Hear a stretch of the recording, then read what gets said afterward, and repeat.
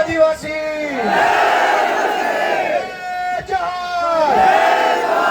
ચૈતરભાઈ તુમ આગે બઢો, હમ તુમ્હારે સાથ હૈ। આજે આપણા સૌના લોકપ્રિય, આપણા આદર્શ નેતા એવા ભાઈ શ્રી ચૈતરભાઈ વસાવાના સમર્થનમાં આયોજિત સામાજિક સભામાં ઉપસ્થિત મહારાષ્ટ્ર, રાજસ્થાન, ગુજરાત, અલગ અલગ બધા જિલ્લાઓમાંથી અને રાજ્યોમાંથી પધારેલા આદિવાસી સમાજના સૌ યુવાનો, વડીલો, આગેવાનોને મારા જય જોહાર, જય આદિવાસી। મંચ ઉપર ઉપસ્થિત ગુજરાતભરના આદિવાસી સમાજ માટે હંમેશા જેઓ લડે છે એવા ભાઈ શ્રી આનંદભાઈ પટેલ, હંમેશા જેમણે ચૈતરભાઈની સાથે ખભે ખભો મિલાવી અને ગુજરાતભરના મુદ્દા ઉઠાવ્યા છે એવા શ્રી ઈશુદાનભાઈ ગઢવી, ચૈતરભાઈની સાથે મળી અને આદિવાસી વિસ્તાર માટે, અમારી પાર્ટી માટે, ગુજરાત માટે હંમેશા જેમણે કામ કર્યું છે એવા ભાઈ શ્રી મનોજભાઈ સોરઠિયા, મહારાષ્ટ્ર અને રાજસ્થાનથી પધારેલા આદિવાસી સંગઠનોના સૌ આગેવાનશ્રીઓ, નિવૃત્ત આઈએએસ સાહેબશ્રી, બધાયનો પહેલા તો હું ખૂબ ખૂબ આભાર વ્યક્ત કરું છું કે આ મુશ્કેલ ઘડીમાં બધાય એક થઈને ભેગા મળીને ચૈતરભાઈની સાથે ઊભા છે। દોસ્તો, ચૈતરભાઈ વસાવાને સરકારે સ્થાપેલી, સરકારના પૈસાથી ચાલતી સરકારની અદાલતે 7 વર્ષની સજા આપી અને સરકારે સ્થાપેલી સરકારના નિયમથી ચાલતી અદાલતે જે સજાનો ચુકાદો સંભળાયો, એ સજા, એ ચુકાદો આ જનતાની અદાલતમાં લઈને અમે બધા આવ્યા છીએ કે તમને એ માન્ય છે કે નહીં। લોકતંત્રમાં સરકાર કે કાયદો કે વ્યવસ્થા, આ બધી જ વસ્તુ કરતા સર્વોપરી છે જનતાનો ઈરાદો, જનતાના આશીર્વાદ, જનતાની આશા શું છે।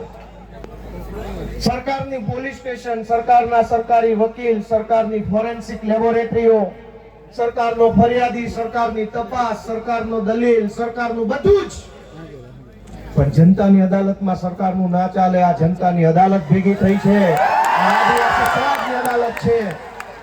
ચૈતરભાઈને સરકારની અદાલતે અને સરકારે ભેગા મળીને જે કાંઈ ન્યાય અન્યાય કર્યો, એનો સાચો ન્યાય આદિવાસી સમાજની અદાલતમાં થવાનો છે અને નિર્ણય આજે અહીંથી આપણે કરીને જવાનું। દોસ્તો, સરકાર એમ કહે છે કે ચૈતર વસાવાને 7 વર્ષની સજા, આ જનતાની અદાલતના કરોડો ન્યાયાધીશો તમે અહીંયા ઊભા છો, તમે કહો તમે શું સજા કરશો ભાજપને? જો ભાજપની સરકાર ચૈતર વસાવાને 7 વર્ષની સજા કરે તો આ આદિવાસી સમાજની અદાલતમાં ભાજપને 70 વર્ષની જેલની સજા આપણે કરવાની છે। આવનારા 70 વર્ષ સુધી ભાજપનું બટન નહીં દબાવવાનું અને એને સજા આપવાનો નિર્ણય આજે આ જનતાની અદાલતમાં થવો જોઈએ। લોકશાહીમાં જનતાથી મોટું હોય કોણ? જનતાથી મોટું કોણ? જનતાથી મોટી પોલીસ નહીં, જનતાથી મોટું જંગલ ખાતું નહીં, જનતાથી મોટા મુખ્યમંત્રી પણ નહીં, સૌથી મોટી જનતા, અને જનતાએ નક્કી કર્યું કે અમારો નેતા ચૈતર વસાવા છે। દોસ્તો, એટલે આ સજા માત્ર ચૈતર વસાવાને નહીં, જનતાને છે આ સજા, કેમ કે જનતાએ નક્કી કર્યું ને અમારો નેતા ચૈતર વસાવા।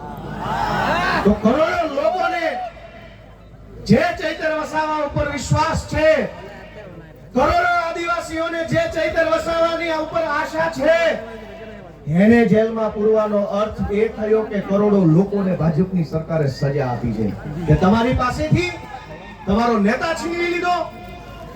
અરે ભાઈ સાહેબ, કેટલા વર્ષો પછી ભગવાનના આશીર્વાદથી, પ્રકૃતિના આશીર્વાદથી, વડીલોના આશીર્વાદથી, હજારો વર્ષો પછી એક લડાયક ચૈતર વસાવા જેવો નેતા આપણા ગુજરાતના આદિવાસી સમાજને મળ્યો।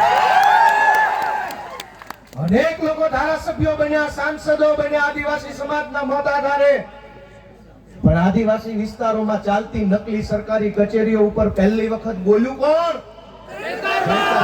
બોલ્યા।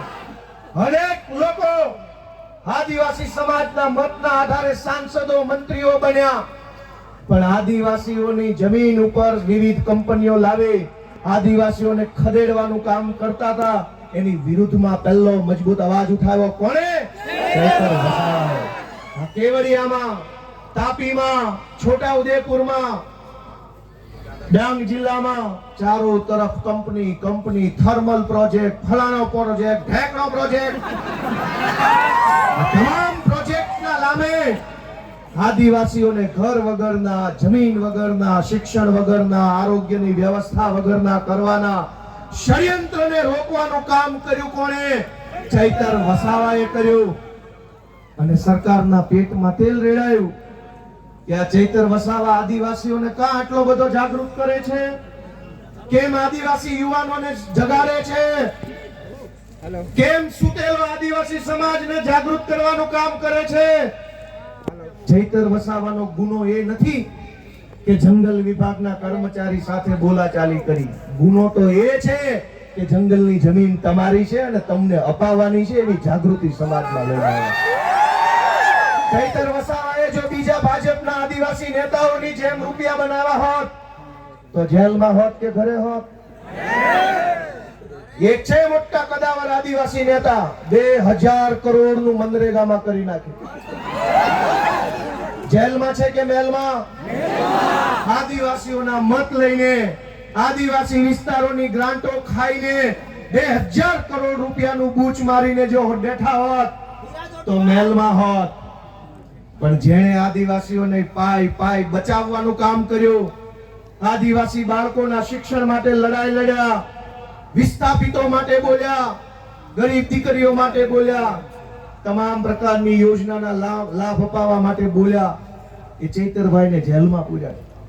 વિધાનસભામાં આજની તારીખમાં જેની ઉપર ગુજરાતની હાઈકોર્ટે આદેશ કર્યો હોય કે આ ધારાસભ્યો પર બળાત્કારની એફઆઈઆર નોંધો, જેની ઉપર બળાત્કારની એફઆઈઆર છે એ આજે વિધાનસભામાં છે. આજની તારીખમાં ધારાસભ્ય છે, જેલમાં નથી, બળાત્કારના આરોપી. જેની ઉપર મનરેગા કૌભાંડનો 2000 કરોડનો આરોપ છે એ વિધાનસભામાં ધારાસભ્ય થઈને બેઠા છે. જેની ઉપર જમીનો પચાવી પાડવાનો કેસ ચાલે છે 200 કરોડનો, એ અત્યારે ધારાસભ્ય છે. ગુજરાતના તમામ ચોર, લુચ્ચા, લફંગા, લબાડ, તોડબાજ, બળાત્કારી, ભ્રષ્ટાચારી, ધંધા કરનારા બધા જ લોકો આલિશાન જિંદગી જીવે છે. અને એક મામૂલી ગુનાની અંદર ચૈતર વસાવાને 7 વર્ષની સજા. 7મા ધોરણમાં ભણવામાં આવતું કે દેવડીએ દંડાય છે ચોર મુઠ્ઠી ઝારના, ને લાખ ખાંડી લૂંટનારા મહેફિલે મંડાય છે. કરોડોના કૌભાંડ કરનારા લોકો વટથી ફરે છે અને આદિવાસી સમાજ માટે લડનારા ચૈતર વસાવાને જેલમાં પૂર્યા છે. દોસ્તો, મારી તમને એટલી વિનંતી છે કે લડાઈ બહુ લાંબી છે. આજે આપણે બધા અહીંયા ભેગા થયા છીએ, અહીંયા આકડા પડકારા, જુસ્સો, આમ કરી નાખું તેમ કરી નાખું કરીએ છે, પણ સાચું આમ અને તેમ કરવાનું ટાણું છે ને એ મતદાનના દિવસે આવતું હોય છે. લોકશાહી છે, આમ તેમ જે કાંઈ, અને નર્મદા જિલ્લા વાળાએ તો આમ તેમ કરીને બતાવી દીધું છે. જો આમ થાય, આમ તેમ કેમ થાય ને, ગઈ ચૂંટણીમાં કહી દીધું કે આમ થાય. બહુ છોટા હતા, ઝૂકેગા નહીં સાલા. બઠા પાડી દીધા. વડાપ્રધાને અહીંયા સભા કરી, ગૃહમંત્રીએ સભા કરી, પ્રદેશ પ્રમુખે કરી, પણ નર્મદા જિલ્લાના આદિવાસીઓએ કીધું ઝૂકેગા નહીં સાલા. આને કહેવાય અસલ ટાઈગર. પણ દોસ્તો, હું તમને છેલ્લી 2-3 વિનંતી કરવીશ કે ચૈતરભાઈનો ગુનો શું? આ ભાજપ વાળા ટીવીમાં, સોશિયલ મીડિયામાં ચૈતરભાઈને બદનામ કરવાનું કામ કરે કે એને વન વિભાગ વાળાને આમ તેમ કહી દીધું, ધાક ધમકી કરી લીધી. તમારા વન વિભાગ વાળા, તમારા પોલીસ વાળાએ અમારી હારે જે ધાક ધમકી કરી છે ને એની સજા 700 વર્ષ આપો ને તોય ઘટે એમ છે. આખા ગુજરાતમાં સરકારી માણસો જનતા હારે કેવું વર્તન કરે છે? સરકારી મામલતદાર, સરકારી પીએસઆઈ, સરકારી ટીડીઓ, સરકારી પ્રાંત, સરકારી આરએફઓ, આ બધા જ લોકો રાજ્યની નાની જનતા સાથે કેવું વર્તન કરે છે? ઈ વર્તનની જો સજા આપવા બેસીએ ને તો એકેય માયનો લાલ ઓફિસમાં બેસી નહીં શકે, બધાને જેલમાં પૂરવા પડે. ચૈતર વસાવાએ 4 શબ્દો શું કીધા તો માઠું લાગ્યું. પણ દોસ્તો, ચુકાદો હવે જનતાની અદાલતમાં લાવવાનો છે. તમારે નિર્ણય કરવાનો છે કે આજ ચૈતર વસાવાને તમારા આશીર્વાદથી એક વખત ગુજરાતની સરકારમાં બેસાડો, પછી ખબર પડશે કે કેવી રીતે ન્યાય કરી શકાય. આપણે ક્યાં સુધી અન્યાય સહન કરવાનો? માંડ કરીને એક નેતા મળે, એક બાજુ બધા ભ્રષ્ટ નેતાઓ સમાજ માટે બોલે નહીં, લડે નહીં, અવાજ ઉઠાવે નહીં, ચૂપ થઈ જાય. એક બાજુ માંડ એક બોલનારો નેતા મળ્યો હોય, એને જેલમાં પૂરી દેવો. ગુજરાત ભરની જનતાને હું તો વિનંતી કરું છું, માત્ર આદિવાસી સમાજ નહીં, જે કાંઈ પણ થોડા ઘણા બોલનારા નેતા વધ્યા છે ને એની સાથે રહેજો, એને ટેકો આપજો, એની પડખે રહેજો, નહીંતર ગુજરાતમાં કોઈ બોલે છે. સરકાર એમ ઈચ્છે છે કે કોઈ પણ માણસ ભાજપની સામે બોલવો ન જોઈએ, કોઈ માણસ ભાજપની સામે અવાજ ન ઉઠાવવો જોઈએ, એવું સરકાર ઈચ્છે છે. પણ કેટલાક માણસો ચૈતર વસાવા હોય, એ પ્રકૃતિમાંથી પેદા થયેલા હોય, કોઈના બાપથી નો બીવે, સરકાર હોય કે સરકાર હોય કે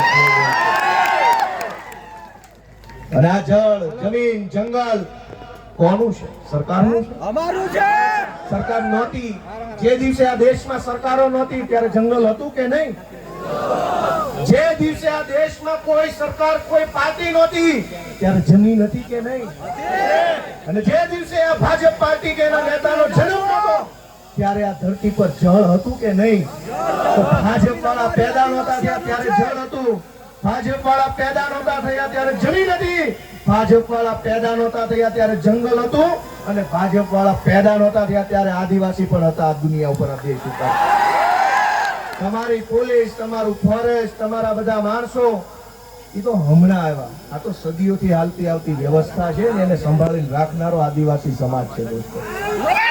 આદિવાસી સમાજ જળ, જમીન, જંગલની રક્ષા કરે અને આદિવાસી સમાજની રક્ષા ચૈતર વસાવા કરે છે. એ વાત ભાજપ વાળાને ગમતી નથી.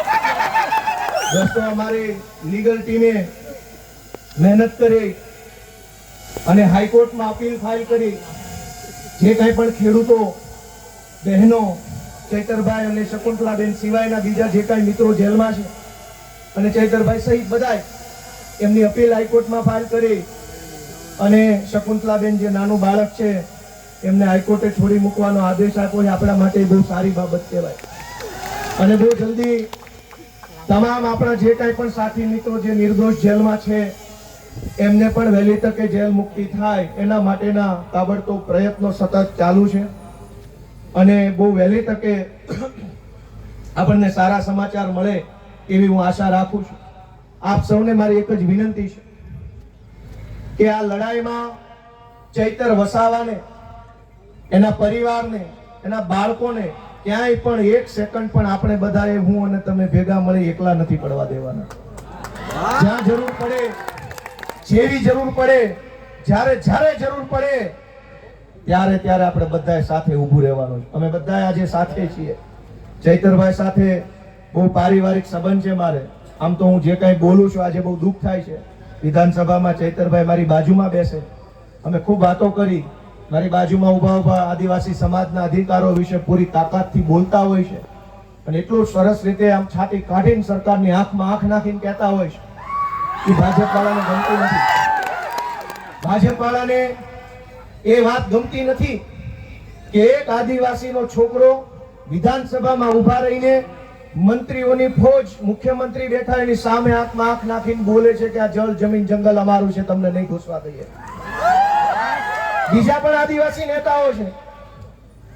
યસ સર, જી sir, sir ticket sir, ticket sir. સમાજને છેતરી જાય, વાંધો નહીં, સમાજને આંખો બંધ કરાવી દઈશ, ઊંઘાડી દઈશ, મને ટિકિટ આપો એટલે હું મારા સમાજને છેતરીને મતલી આવીશ. આનંદભાઈ પણ જોતા હશે, આનંદભાઈ પણ બોલે છે વિધાનસભામાં પૂરી તાકાતથી આદિવાસી સમાજ માટે. ચૈતરભાઈની પેલી બાજુ બેસે. દોસ્તો, 2-3 માણસ બધ્યા છે, ગમે તેટલી મોટી સરકાર હોય એની સામે પણ આંખમાં આંખ નાખીને બોલવાની હિંમત રાખે છે કે તું જે હોય તે, હું મારા સમાજ માટે બોલવા અહીંયા આવ્યો છું. તું જે હોય તે, સરકાર હોય તો ભલે, રાષ્ટ્રપતિ હોય તો ભલે, ને તું મોટી તોપ હોય તો ભલે, મને તો અમારા આદિવાસી સમાજે અમારા ખેડૂતોએ મત આપ્યા છે તો હું એમના માટે બોલતો રહીશ. આજે હું પણ મને મત આપનાર ખેડૂતો છે, કાઠિયાવાડના ખેડૂતોએ મને ધારાસભ્ય બનાવ્યો, આદિવાસી સમાજે ચૈતરભાઈને ધારાસભ્ય બનાવ્યા. અમને મત આપનારા લોકો માટે અમે બોલતા રહેવાના, લડતા રહેવાના અને ક્યારેય નથી ઝૂકવાના એ સંકલ્પ અમે લીધો છે દોસ્તો.